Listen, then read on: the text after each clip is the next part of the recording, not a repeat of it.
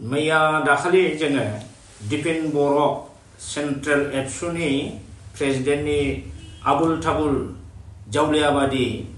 बखिलाबायनाय जोङो नुगासिनो दङ माने ससियेल मिडियायाव बिथाङा 12 तारिखाव दावराव दैखोम नार्जारी आरो अमर सिंह ब्रह्मखौ बिटिसि एकर्ड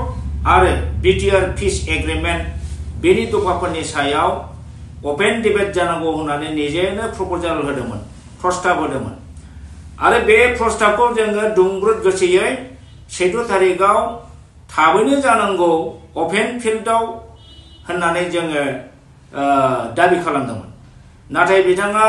बे ओपन डिबेटखौ दिनैहाय एंगारनानै जुजिनो गिनानै डिबेटखौ खालामनो गिनानै बिथाङा दिनै बायदि मैया नंबाङै जाबाङै जुक्ति तर्कजों पइन्टजों बिथाङा जोंनि सायाव एभेन माने व्यक्ति आक्रमण दिनै खालामनायखौ जों नुनो मोनदों बिथाङा नाङा फाङा एकेबारे नंथारै कुइसन जोंनाव खालामदों मोनथाम कुइसन बिथाङा खालामदों दिनै बिथांखौ आङो बुंगोन नोङो माबादि मानसि दिपेन बर' नोंनाव ब्रेन एक्चुअली दंना गैया नोङो सासे डाल हेडेड प्रेसिडेन्ट बादि जोङो नुयो नोंनाव खुनु एनालाइसिस केपासिटी स्टाडि गैया नोङो बिटिसि एकर्डखौबो खुब सम्भब फरायाखै बिटिआर खौबो नों फरायाखै आरो फरायोब्लाबो नों हयथ' इंराजि बुजियाखै नोंनाव जेबो कनसेप्ट गैया नंखायनो नोंहा नोंनि सायाव बिश्वास गैया आत्मबिश्वास गैया जे आं डिबेटआव हाजिर जानो हागोन नोङो नंखायखौनो ए टु जेड 6 शिड्यूलनिफ्राय आरम्भ खालामनानै बिटिसि एकर्ड बिटिआर एकर्डनि सायाव थन्न रिप्लाय होनो हागोन होननानै दुबगां थिफुला दोनानै नोङो बुंदोंमोन फै तारिखआ ला जायगा खालाम साननि समाव we are ready to debate we are ready to compete with you दिनै मानो नोंथाङा फावसायदों दिनै मानो बेबेराबा आंखौ व्यक्ति सार्थ व्यक्ति माबायाव पार्सनेल केरेक्टाराव मानो आक्रमण खालामदों नोंलाय जाग्रा मालाय दिनै नोङो बुंदों बिटिआर एकर्डखौ डिनाउन्स खालामनो थिननानै एबसु आरो एनडिएफबि नि मार्टियार्सफोरखौ लाजि फोनांदों नोंसोर बिटिआर नि सिगनेटरिफ्रासो प्रमद बर'आसो नोंसोरसो माने अपमान खालामदों एबसुनि मार्टियार्स एनडिएफबि नि मार्टियार्सखौ एबसुनि मार्टियार्सआ मालाबाबो नोंसिनि बिटिआर नि थाखाय जिउ दान होआखै एनडिएफबि नि मार्टियार्सफ्रा मालाबाबो बिटिआर नि थाखाय जिउ दान होआखै बिसोरो उपेन्द्रनाथ ब्रह्मनि सेपारेट स्टेट नि थाखायसो जिउ बावदोंमोन लाजिया नोङो मा एक्सप्लेनेशन होदों नोंलाय you Dipen Bodo' what kind of explanation you will give to the people ट्रेटरा नोंसोर थगायगासिनो दं मा एक्सप्लेनेशन होदों नोंलाय नों बुंबानो जायो नामा दिनै दावराव देख्रेब अमर सिंह ब्रह्मआ माब्रै बेनि थाखाय एनडिएफबि नि मार्टियार्स एबसुनि मार्टियार्सखौ अपमान खालामो नोंसिनि बिटिआर एकर्डआनो बेखौ अपमान खालामदों इभेन मार्टियार्सल' नङा जिन्दा एनडिएफबि नोंसोरो अपमान खालामदों दिनै एनडिएफबि नि सुप्रिम जायनाखि चिफ रन्जन दैमारि बिथांखौ मानो जेलाव जोबथेनानै दोनखो नोंसोर बियो मान होनाय जादों एनडिएफबि मान होनाय जादों लाजिया नोङो दिपेन बर' नोंनावथ' जेबो मेलेम गैया you are quite unfit for leading the एबसुखौ दैदेननायनि नोंथाङा बिज्लाबसेबो गियान गैया होननानै जों सानो बिटिआर एकर्ड आरो बिटिसि एकर्ड जों होनदों बिटिसि एकर्डखौ बिटिआर एकर्डआ कमप्लिट डाइल्यूट खालामनानै स्क्रैप खालामदों इनडाइरेक्टलि स्क्रैप खालामदों बेनि खोथाखौ जों बुंनाय खोथाखौ जों रायजोनो फोरमायनो बा नोंहा बेसेबां नलेज दं जोङो डिबेटआव बे जिनिसखौ प्रुफ खालामनो नागिरदोंमोन किन्तु नों दिनै फावसायबाय मानो दिनै फावसायगोन नोंथाङा दिनै अमर सिंह ब्रह्मखौ मानो पार्सनेल एटाकआव फैगोन नोङो निकृष्ट पलिटिशियान नोङो निकृष्ट पलिटिक्स गेलेग्रा नोङो बुंदों माबा छात्र छात्रीनि एटास्टेट खालामनायाव 100-200 थाखा लाखियोमोन बबे बोरमा गुंग्राया नोंनो इनफरमेशन बे इनफरमेशनखौ होआ बोरमा गुंग्रानि सारा बे इनफरमेशनखौ रावबो होआ आरो बोरमा गुमग्रानि इनफरमेसन लाग्रायाबो नोंबो एक रकम बोरमा गुमग्रायानो नोङो हो बोरमा गुमग्रा नोङो नंखायनो बेबादि इनफरमेसनखौ लानानै ससियेल मिडियायाव होलाबायदों लाबोनायसाय लाबो सोर छात्र सोर छात्रीनि सार्टिफिकेट एटास्टेडआव नैबे अमर सिंह ब्रह्मआ एक्टिभ लाया प्रमाण हो नोङो दिपेन बर' निकृष्ट खोथा बुंनायनि सासे एथ' हाइ लेभेलनि प्रेसिडेन्ट जानानै नोङो बेबादि एथ' निकृष्ट खोथाखौ बाहायनो नोङो लाजिया नामा हो आंनि साख्रिनि सोमोन्दैबो बुंबावदों साख्रि मोननायखौ बोरै मिथिखो नोङो अज्ञान नोङो बबे सर्सनिफ्राय लानानै खोथाखौ बुंलाबायदों हो बोरमा गुमग्राफोरनिफ्राय लानानै नोंबो नों बेखौनो नंगौ होननानै नोंबो एक रकम बोरमा गुमग्रा नंखायनो बिदि बुंदों हाग्रामा महिलारिया आंनो साब इन्सपेक्टर अफ स्कुल सोदों नामा हो आं बबेनिफ्राय साख्रि मोना आरटिआइ खालामनानै नाय हो डाइरेक्टर अफ एलिमेन्टारि एडुकेसन गुवाहाटीयाव नोंसोर आरटिआइ खालामनानै नाय बबे सनाव अमर सिंह ब्रह्मआ माने साब इन्सपेक्टर अफ स्कुल्स मोना हो बेबादि निकृष्ट खोथा बुङो नामा मानसिया बिदिखौ नायबाथ' जोङो दा रायजो राजाया बयबो बुजिनांगोन एक्चुअलि दिपेन बर'आ एबसुनि प्रेसिडेन्ट जानायनि कमप्लिट क्वालिटि गैया नोङो बिटिसि एकर्डनिबो जेबो दफा मोजाङै बुजियाखै नों मिथिया नोङो बिटिआर एकर्डनिबो जेबो दफा नों मिथिया नोङो हो माबा पावार एनहेन्समेन्ट जादों जोंथ' डिबेटआव बुंगौमोन ना बबे बबे बिटिसिनि मोजां धाराया बबे बिटिआरनि बबे दफाजों बबे धाराजों माने खर्तन जादों बोरै डाइलुट जानानै जों दा क्षमता बिहीन जादों बिटिसिया दिनै मा नामावल' बिटिसि सिङाव लंथंजोबसै साख्रि होनो हाला बेथन होनो हाला everything is going to be destroyed हो नोंनो बुंबाय जे माने फुरागासे जे माखासे गामि दानख'नांगौ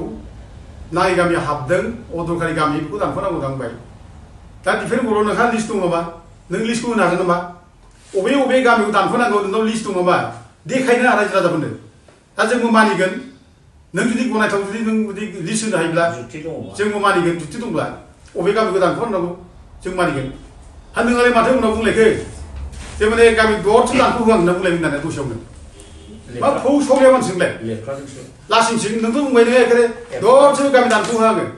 बिटिसि दरसे गामि दानख'ब्ला आंनि गोथै साजों थांनानैसो गामि दानख'नांगौ होनना बुंबाय मा होननाय जाखो बेलाय फौ सौलाया नोङो डिफेन्ड नों मानसि थगायस लाजोबबाय नों लाजिनाय सासे एबसु नेता जानानै एबसुखौ बदनाम खालाम नोङो लाजिया जोंबोथ' एबसु मावनाय जोङो बिराद गोबाव एबसु मावदों जोङो हाइ स्कुलनिफ्राय आरम्भ खालामनानै जोङो रमान स्क्रिप्टनि आन्दलनजों ओंखारबोदों medium of instruction बेयाव medium of introduction private school थिसननाय जों बेयाव आन्दलन ओंखारबोदों जोङो सापरगामाव थाबायनो थांदों जोङो थाबायनो थांनानै बेयाव बिराद दोखो बुजादों बेयाव डाक्टर रबिन बसुमतारी बेस्रा दिनै डक्टर जाहैबाय बेयाव फरायनानै दा बेयाव बिराद बुजादों बेखौ बाननानै लाबोदों फकिरागासिम नों मिथिगौ नामा बिराद आन्दलनखौ जों बोरै खालामबोदों मिथिगौ नोङो बोरै जाबोदों उदयाचल आन्दलन जों खालामदों बेयावबो जों दंफायो दिनैथ' बड'फा उपेन्द्र ब्रह्मनि आन्दलनाथ' आं फुरा दङ एकेबारे आङो फुरा बे बड'फा उपेन्द्र ब्रह्म आन्दलनाव आं सेन्टाराव सहित दंमोन बड'फाया आंजों थाफादों जाफादों जेराव थादों बियो आन्दलनखौ जोंनिफ्राय स्टार्ट खालामदों अबाव जोंहा कन्ट्रिबिउसन गैया होनखो नोङो मानो गैया जाखो जों दङ रमान स्क्रिप्टआव दोखो दोखो बुजादों मिथिगौ नोङो बड'लेण्ड मुभमेन्टआव बड'फा उपेन्द्र ब्रह्मनिया बड'लेण्ड मुभमेन्टआव आंहा मा कन्ट्रिबिउसन दं रायजो राजा मिथिदोंना जेल जादों खननै नों मा खनसे बुजानो पुलिसजोंलाय नों खनसे एसे जा पुलिसजों नोङो खियावबो गैया हासुदैयावबो गैया नेता बे मिसालजों बेनो गाज्रि खोथा नङै खोथा बुंलाबायो नों नेता नामा नोङो थगायग्रानि थाखाय एकदम फयसला नोङो ट्रेक्टरनि दा माबा ड्राइभारा नोंसो एकदम जोंथ' रावनिबो पार्टिजों जेबो सोमोन्दो गैया नों ट्रेक्टरनि ड्राइभार नोङो ट्रेक्टरनि ड्राइभारखाय नोङो ट्रेक्टरनि जानाय खोथा बुंबाय थायो नोङो सरकारनि नोङो स्पक्स पार्सन जानाय बुंबाय थायो नोङो दिनै बे गामि दानख'नाय बाथ्रा बुंदों नोङो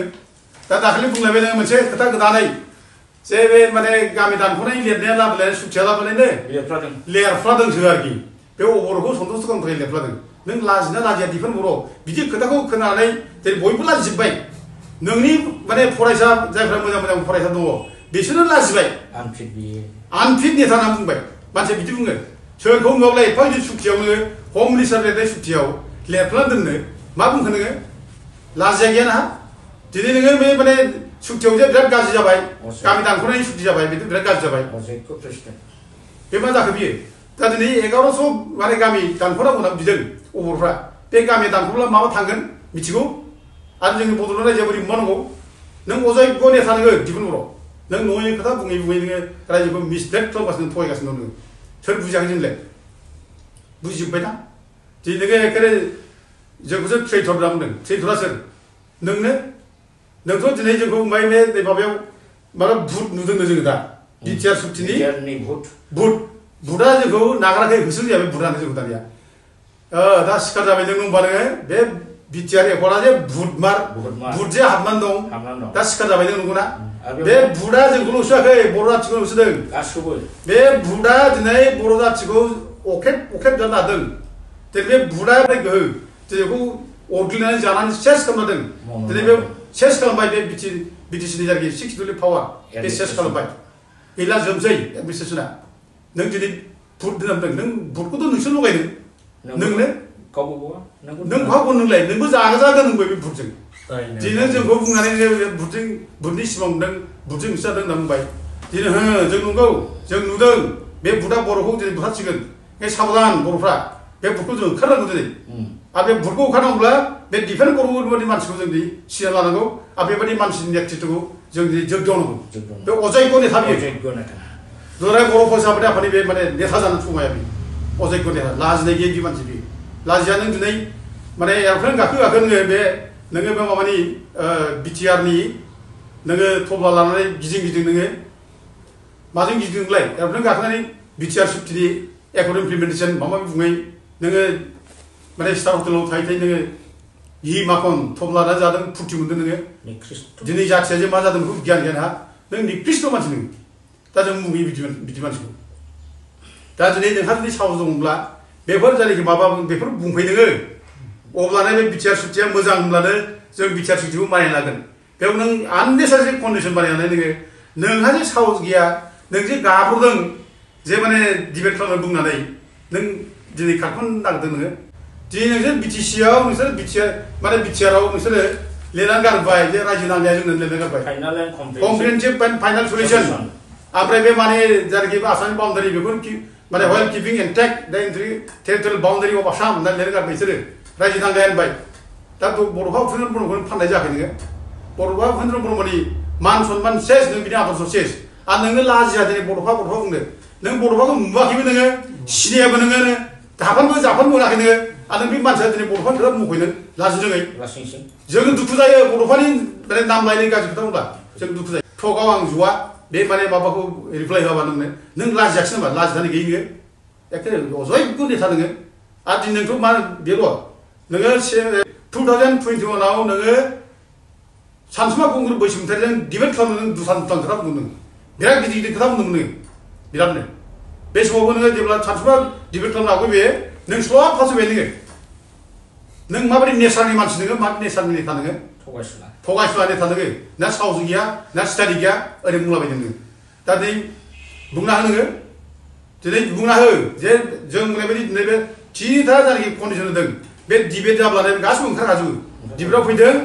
डिबेटआव फैनानै जों रिप्लाय होगोन आरो जों रिप्लायाव जेनोब्ला जों नोंनि जायनाखि जुक्ति जों मानिजोबगोन गासिबो जों मानिजोबगोन अब्लानो जोंबो बुंफागोन जे बे माने पिआर होनायाव बिदि जानांगौ होनब्ला जों बुंफागोन ओमफ्राय बे माबाखौ बिटिआर सुक्तिखौ नंगौ मोजां होननानै जों बुंफागोन फै नोङो डिबेटआव जों बेखौ दाबो खावलायो